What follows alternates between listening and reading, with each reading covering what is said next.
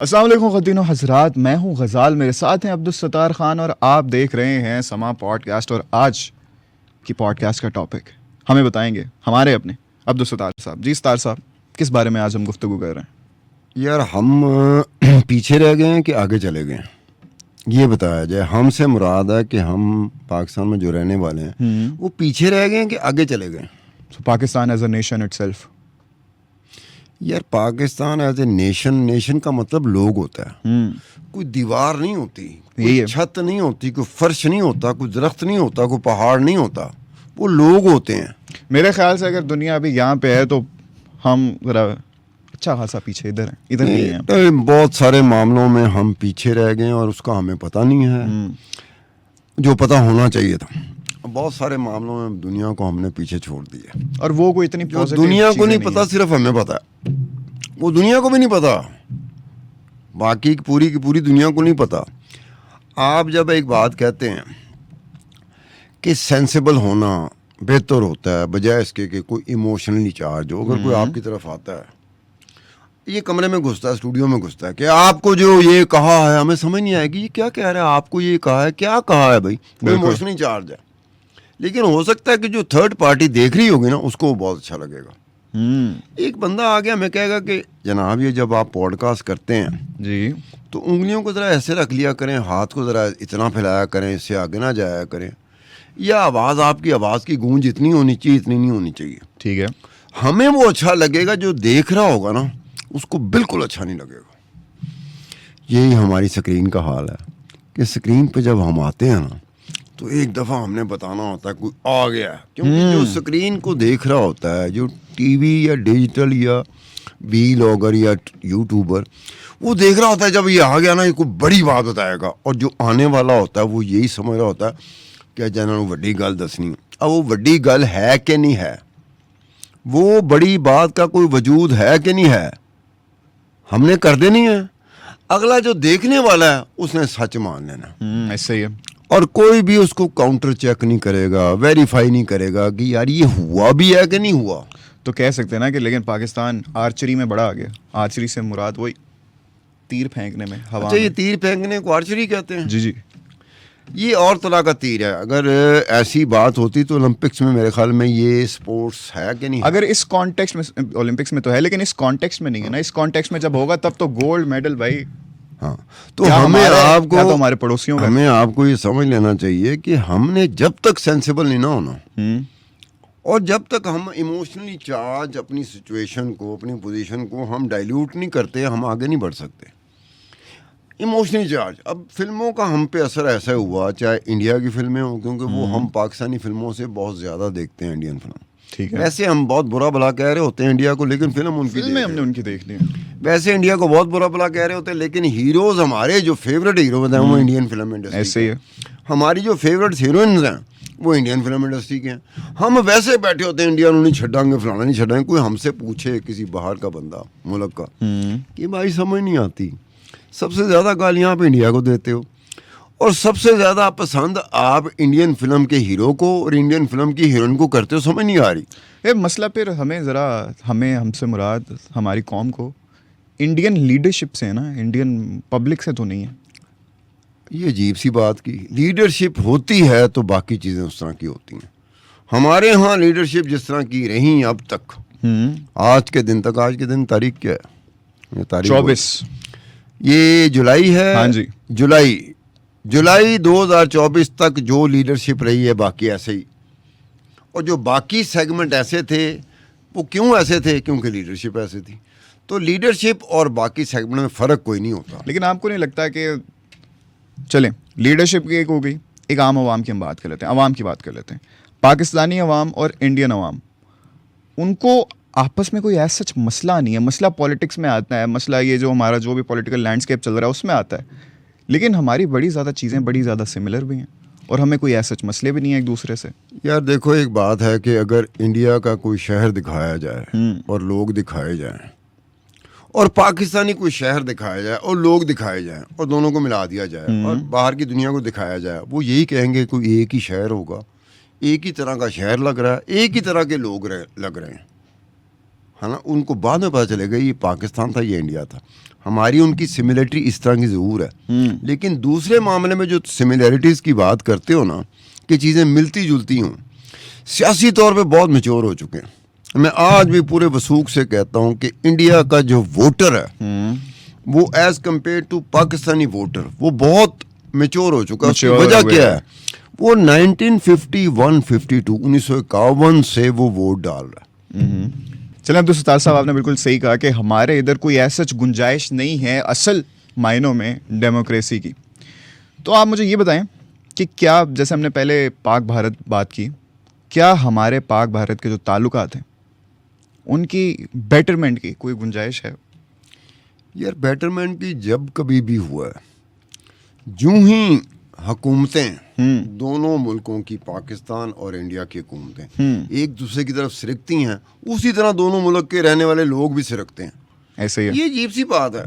बंदा क्या है, ये अजीब सा रवैया रखा। आज हमारी हुकूमत का ज़रा थोड़ा सा रवैया बदले, इंडिया की हुकूमत का रवैया बदले, हमारे रवैये ही बदलने शुरू होंगे। लेकिन हमारे रवैये और जो बॉर्डर के उस पार से भी जो अवाम के रवैये बदलते हैं, जो कि ज़रा थोड़े से अग्रेसिव होते हैं, वो मेजॉरिटी अगर सेक्शन को देखें तो कौम के लिए नहीं ना होते, वो गवर्नमेंट के लिए होते हैं कि ये पॉलिटिकली जो भी मूव्स ले रहे हैं उनके लिए होते हैं। एक्चुअली इसको डिटरमिन करना साइलेंट मेजॉरिटी की जो थ्योरी थी इस मुल्क में, पाकिस्तान में, वो जनरल ज़ियाउल हक ने दी थी। वो साइलेंट मेजॉरिटी क्यों कहता था? क्यों कहते हो?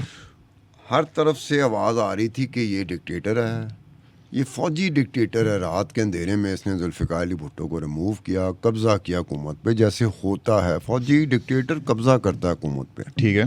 उसे किसी वोट की ज़रूरत नहीं होती है। तो सियासतदान होते हैं ना, आपस में इलेक्शन में जाके गुत्थम गुत्था होते हैं, फिर वहाँ जिसको ज़्यादा वोट मिले तो फिर वो जाके वज़ीर आज़म बनता है। तो उसने एक बार थ्योरी दी कि साइलेंट मेजॉरिटी मेरे साथ है। अब थ्योरी में जान तो थी, लेकिन वो साइलेंट मेजॉरिटी किसको कह रहा था? किसको? वो मेजॉरिटी को कह रहा था, लेकिन मेजॉरिटी साइलेंट जो है, इस एक वक्त में जब दो मुल्कों के दरमियान ऐसा मामला होता है ना, तो साइलेंट मेजॉरिटी जिसने बोलना नहीं होता। एक बात ध्यान में रख लो, पाकिस्तान में साइलेंट मेजॉरिटी क्या होती? जो बहुत कम बोलती है। वरना तो जिमें इमरोज़ ने सानू खंगन नहीं दिता, हमने माफ़ी मांगी ना, इमरोज़ से हाथ जोड़े कि इमरोज़ साहब आइंदा से आपकी दिल आज़ारी नहीं होगी। तो हमारे यहाँ होता है कि साइलेंट मेजॉरिटी बहुत कम बोलती है। जब ऐसा मौका आता है ना, साइलेंट मेजॉरिटी ऐसे जंप इन करती है। मिसाल के तौर पर जो पाकिस्तान में लाहौर में कदाफी स्टेडियम में 2 मैच हुए थे 2004 में, 1 डे मैचेस पाकिस्तान और इंडिया के दरमियान हुए थे। मैं स्टेडियम में मौजूद था अपनी फैमिली के साथ, परिवार के साथ, क्योंकि इंडिया की बात भी आ रही है ना। तो रवैया बिल्कुल लोगों का, स्टेडियम में बैठे हुए, लाहौर के कदाफी स्टेडियम में बैठे हुए पाकिस्तानी लोग, पाकिस्तानी लड़के, पाकिस्तानी औरतों, उनका रवैया बिल्कुल चेंज था।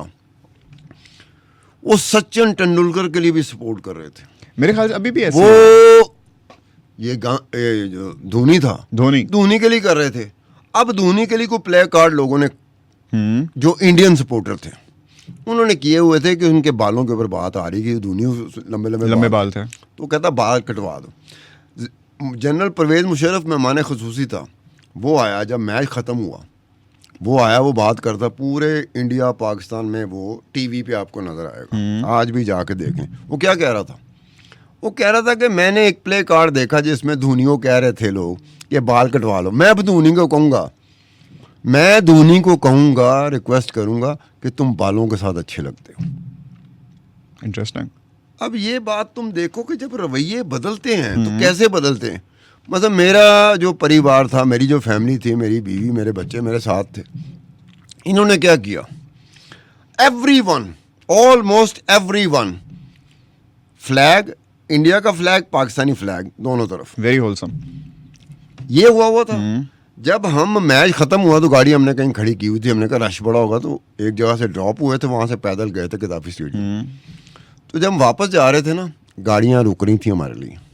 वो समझे कि शायद इंडियन फैमिली है, कि हम आपको ड्रॉप कर देते। हमने कहा नहीं यार, हमारी गाड़ी है, हम तो MM रोड जा रहे हैं, वहाँ खाएंगे, मल्टी नेशनल इंटरनेशनल चेनें हैं, फूड चेन्स हैं, वहाँ पे खाएंगे।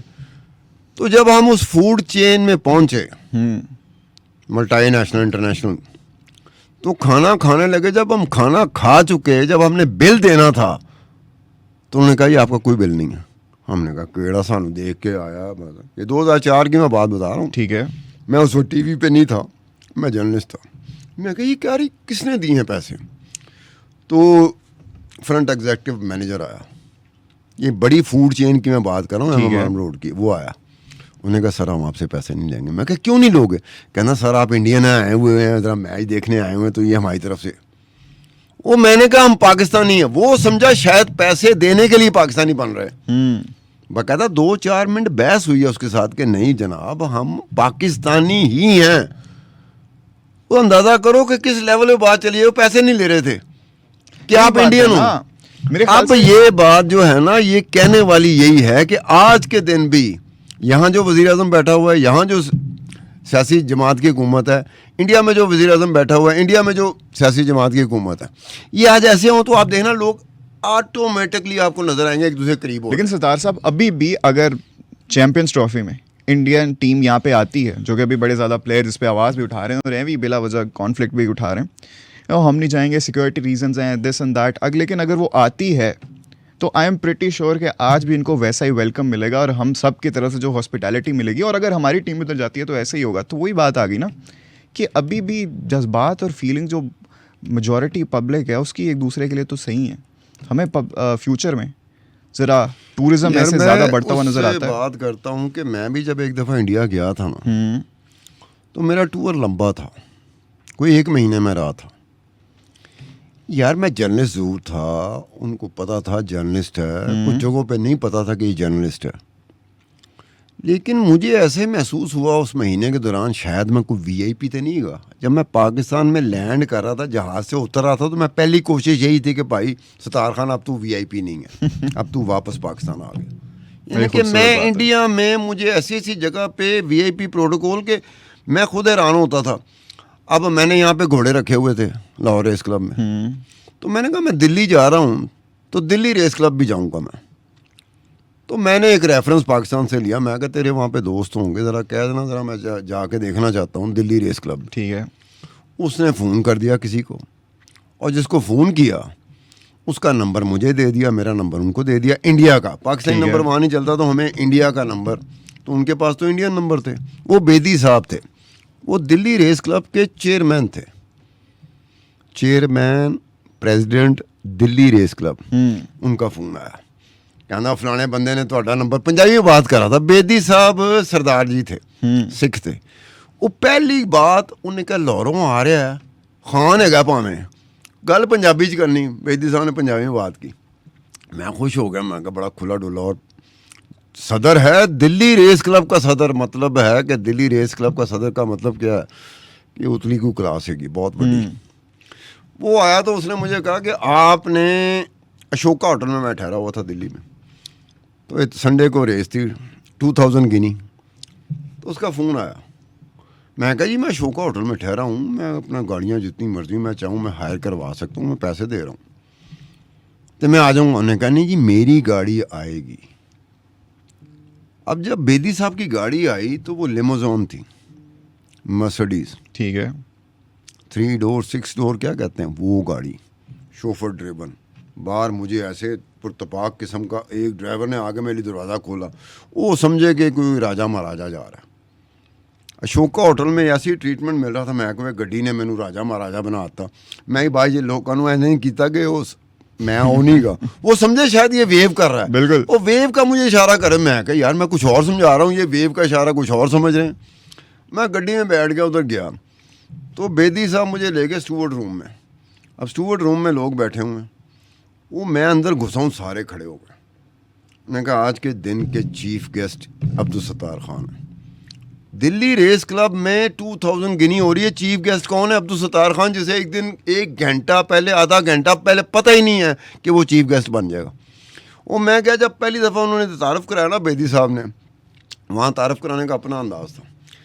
ये फलाने साहब हैं, इनका एनुअल टर्नओवर 17,000 करोड़ है, इनका 20,000 करोड़ है। मैं जब सुन रहा था ना 17,000 करोड़ 20,000 करोड़ एनुअल टर्नओवर, वो मैं कहा अमीर बंदों से तो मैं ज़िंदगी में पहली दफ़ा मिल रहा हूँ, पाकिस्तान में तो ऐसी गल्लां ही बनी हुई हैं। ठीक ये है। तो बड़े रियल टाइम अमीर हैं। और अमीर कैसे थे वो अमीर ऐसे थे कि उनके पांव जमीन के साथ लगे हुए थे। वो पाकिस्तानी अमीरों की तरह नहीं थे। इंटरेस्टिंग। वो ऐसे अमीर लोग थे कि जो बिल्कुल आपको महसूस नहीं Humble. होगा। अगर छम्मा भी चला जाए तो छम्मे को कंफ्यूजन होगी, ये वाकई अमीर है या सबको नाइसली ट्रीट करने वाले। वो ऐसे डाउन टू द अर्थ कदम लगे हुए। और वो और खान साहब की हाल चाल है ठीक ठाक। वो मैं देखा, मैं क्या मैं गलत फंस गया। मैं कहा यार इनको बताना पड़ेगा, मेरा एक घोड़ा है। उस वक्त मेरा एक घोड़ा था जिसका नाम द रिपोर्टर था। मैं क्या मुझे बताना पड़ेगा एक घोड़ा है। ये मैनू एंड ट्रीट कर रहे हैं कि जिम्मे पता सारे खान घोड़े साहब की बला चीज़ है कहने पाकिस्तान तो कोई बला चीज़ आ गई।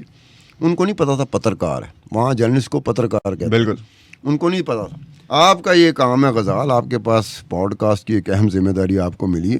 अब वो काम है ये कि आपने at the end of the day आप क्या डिमांड करते हैं।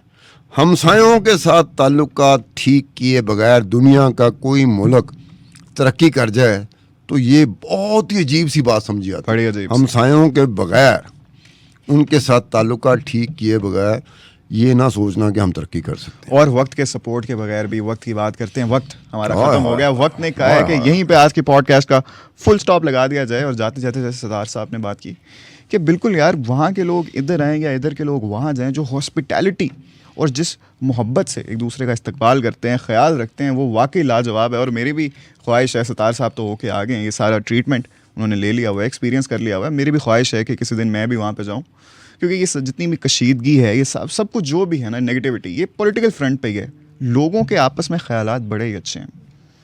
बस अब आप लोगों का जो भी ख्यालात हैं इस बारे में, जो अगर हमारे कोई इंडियन भाई कोई बहन हमें देख रही है तो वो भी कमेंट सेक्शन में बताएं, पाकिस्तानी जितने हैं वो भी बताएं।